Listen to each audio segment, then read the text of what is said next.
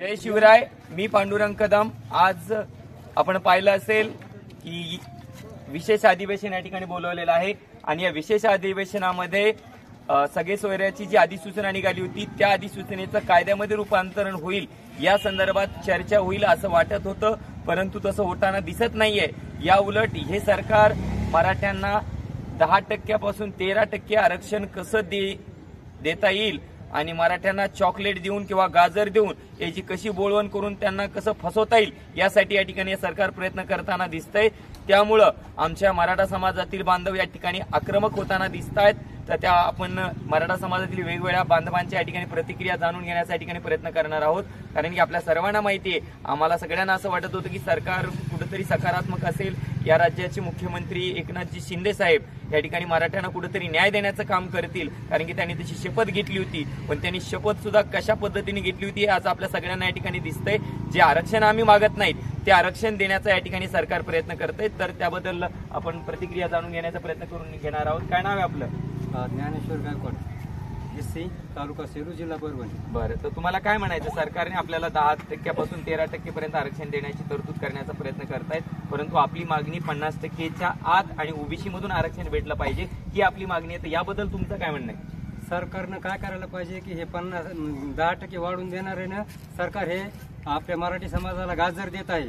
तर हे आम्हाला म्हणजे ही मागणी सरकारची अजिबात मान्य नाही. सरकारचं आम्हाला आरक्षण फक्त ओबीसी मधून आणि 50%च्या आतमध्येच असायला पाहिजे, ही आमची सर्व मराठा बांधवाची मागणी आहे.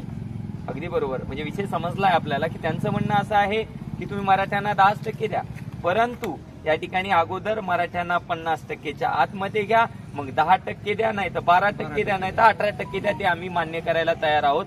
म्हणजे सरकार अशी आटापिटा दाखवायले, असं दाखवायले की जसं काय मराठ्यासाठी आम्ही काय करायलो तर काय नाही करायलो या प्रकारची भूमिका दाखवतायत, परंतु ते गाजरच देण्याचा या ठिकाणी प्रयत्न करतायत. आम्हाला कळतंय मराठी इतकी येडी राहिले नाहीत. आता मराठ्याला बी कळायला आरक्षण काय, त्याला कसं मिळवावं लागतंय आणि हे मिळवण्यासाठी काय करावं लागतं हे सट मराठ्याला या ठिकाणी कळतंय. त्यामुळे सरकारने मराठ्यांना फक्त शो करण्यासाठीच काम करू नये.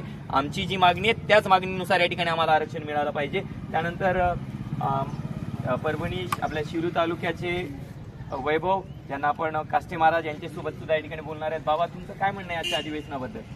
सरकारनं तर खऱ्या अर्थानं आपल्याला चॉकलेट दिले आणि दुर्दैव आहे की आपल्यातलेच काही ते चॉकलेट चोखायचं काम करते. ती सगळ्यात मोठी शोकांतिका आहे. आमचं सरकारला म्हणणं आहे की आम्हाला आमचं जे सगळे सोयरे होतात त्याचा अध्यादेश काढू, त्याचं कायद्यात रूपांतर करू, म्हणून आम्ही मुंबईतून वापस आलो. पण मुंबईतून वापस आलो म्हणजे आम्ही परत जाऊ शकत नाही असं काही होऊ शकत नाही. आम्ही आजही तयार आहेत, उद्याही तयार आहेत. पण आमची विनंती आहे की आम्हालाच या महाराष्ट्राची संस्कृती जपायचं काम आतापर्यंत मराठ्यांनी केलंय आणि ती आम्हाला बिघडू द्यायची नव्हती. पण सरकारची जर अपेक्षा असेल की यांनी काहीतरी करावं, ज्यावेळेस मराठा रस्त्यावर उतरेल ना त्यावेळेस तुम्हाला सहन होणार नाही. ही गोष्ट लक्षात ठेवा. आम्हाला सगळे सोयरे कायदा याच्यामध्ये त्यांनी पारित करावा. हे 10% 12%चं गांजर देऊ नका, नाही तर मराठे तुम्हाला रताळू दिल्याशिवाय राहणार नाही. ती गोष्ट लक्षात ठेवा. एक मराठा, आरक्षण आमच्या हक्काचं, नाही कुणाच्या बापाचं. आरक्षण आमच्या हक्काचं, नाही कुणाच्या बापाचं. एक मराठा, लाख मराठा. एक मराठा, लाख मराठा. आपण पाहिलं असेल की आरक्षण पाहिजे 50%च्या आतमध्ये. कृपया मराठा समाज, तुम्हाला असं वाटलं की मराठे मुंबईवरनं वापस आले म्हणजे मराठीला संयमी आहेत, मराठ्यांना आपण या ठिकाणी घुमवू शकतो? तसं नाही बाबांनो. आता मराठे तिथं फक्त काही मराठे तिथे गेले होते, आता पुरेच मराठे या ठिकाणी जाणार आहेत. आपली आहे का पुन्हा एकदा मुंबईला जायची तयारी? पुऱ्या ताकदीने. हा, मराठ्याचा कृपया नाद करू नका, त्याच्या नादी लागण्याचा प्रयत्न करू नका. काहीच मराठी गेले होते, आता पुण्यात ताकदीनं पुरे जर मराठी तिथे गेले तर आता आमच्या पाया पडू लागला, भाऊ काही करा पण माघारी जा, तुमचं काय म्हणणं ते ऐकायला तयार आहोत. आणि आता मात्र या ठिकाणी चालढकल करण्याचा प्रयत्न करतात कोणाला खुश करण्याच्या नादामध्ये. कृपया मराठ्यांसोबत या ठिकाणी कृपया आपण पंगा घेऊ नये. हे मराठे आहेत, त्यांना शांततेनेही आरक्षणाचा लढा लढता येतो आणि वेगळ्या मार्गाने सुद्धा या ठिकाणी आरक्षणाचा लढा लढता येतो. त्यानंतर आपण वेगवेगळ्या बांधवांशी या ठिकाणी बोलणार. काय नाव काका तुमचं? रामप्रसाद. कुठंच आहे तुम्ही? जिंतूर तालुका. जिंतूर तालुका. तुम्हाला काय मग आता तुमचं काय म्हणणं आहे? सरकार आपल्याला फसवायलंय का आपल्या हिताचं काम करायलंय? फसवायला. मग काय करायचं सरकारचं? सरकारचं काय करायचं हे चांगल्या करायचं फरक वाढायचं. रोज शेतात काम करणारे आमच्या बांधवाच्या भावना आहेत. जर आमच्या मनात आमचे आवतं बिगर रुमण्याचे आम्ही रुमणे आता घेऊन आलो सगळे. रानातले कामं झालेत का सगळ्याचे? म्हणजे आता तयारीला आहेत आपण पुऱ्या तयारीनुसार. त्यानंतर आणि सगळ्यात महत्वाचं, ज्याच्याकडे गोरे तर ते गोरे आणि ज्याच्याकडे नाही ते हाले पहा. आपल्याला मुंबईला न्यायचे. आणि विशेष मोहीम ती राबवण्याचा आपण प्रयत्न करूयात. यावर्षी हाले जे असतील त्यांनी हाले घेऊन या ठिकाणी मुंबईला जायचं. ज्यांच्याकडे गोरे असतील बिगर एक म्हणजे ते तरुण गोरे असतील ते गोरे घेऊन या ठिकाणी आपल्याला मुंबईला जाण्याचा प्रयत्न करायचा. बापूशी आपण या ठिकाणी बातचीत करणार आहोत. बापू, काय म्हणणं आहे तुमचं एकंदरीत सध्याची परिस्थिती पाहता? माझं म्हणणं एवढंच आहे की शासनानं त्या मुंबईमध्ये मराठा योद्धा जरांगे पाटील आले होते आणि संपूर्ण कोट्यावधीचा समाज आला होता. बरोबर. त्यावेळेस या एकनाथ शिंदे साहेबांनी जे अध्यादेश दिला होता त्याचं आज या कायद्यात रूपांतर व्हायला पाहिजे.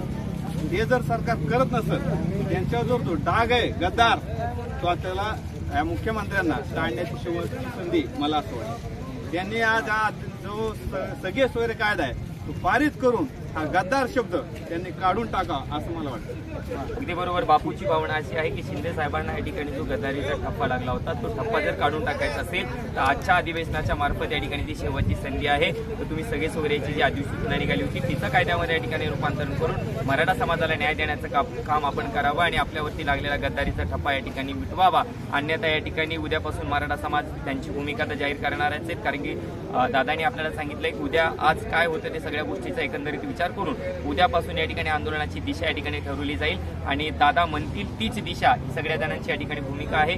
आणि दादांच्या भूमिकेसोबत सकल मराठा समाज या ठिकाणी पूर्ण खंबीर ताकदीनं या ठिकाणी उभा राहणार आहे. याच्यामध्ये काही शंका नाही आहे. त्यामुळे सरकारला विनंती आहे की आजच्या आज काय निर्णय घ्यायचा ते घ्यावा, अन्यथा परत मराठा समाजाला आक्रमक व्हायला या ठिकाणी वेळ लागणार नाही. तुर्तसा थांबूयात. एक मराठा, एक मराठा. मनोज जरांगे पार्टी तुम आगे बढ़ो, हम तुम्हारे साथ हैं. मनोज जरांगे पार्टी तुम आगे बढ़ो, हम तुम्हारे साथ हैं. धन्यवाद.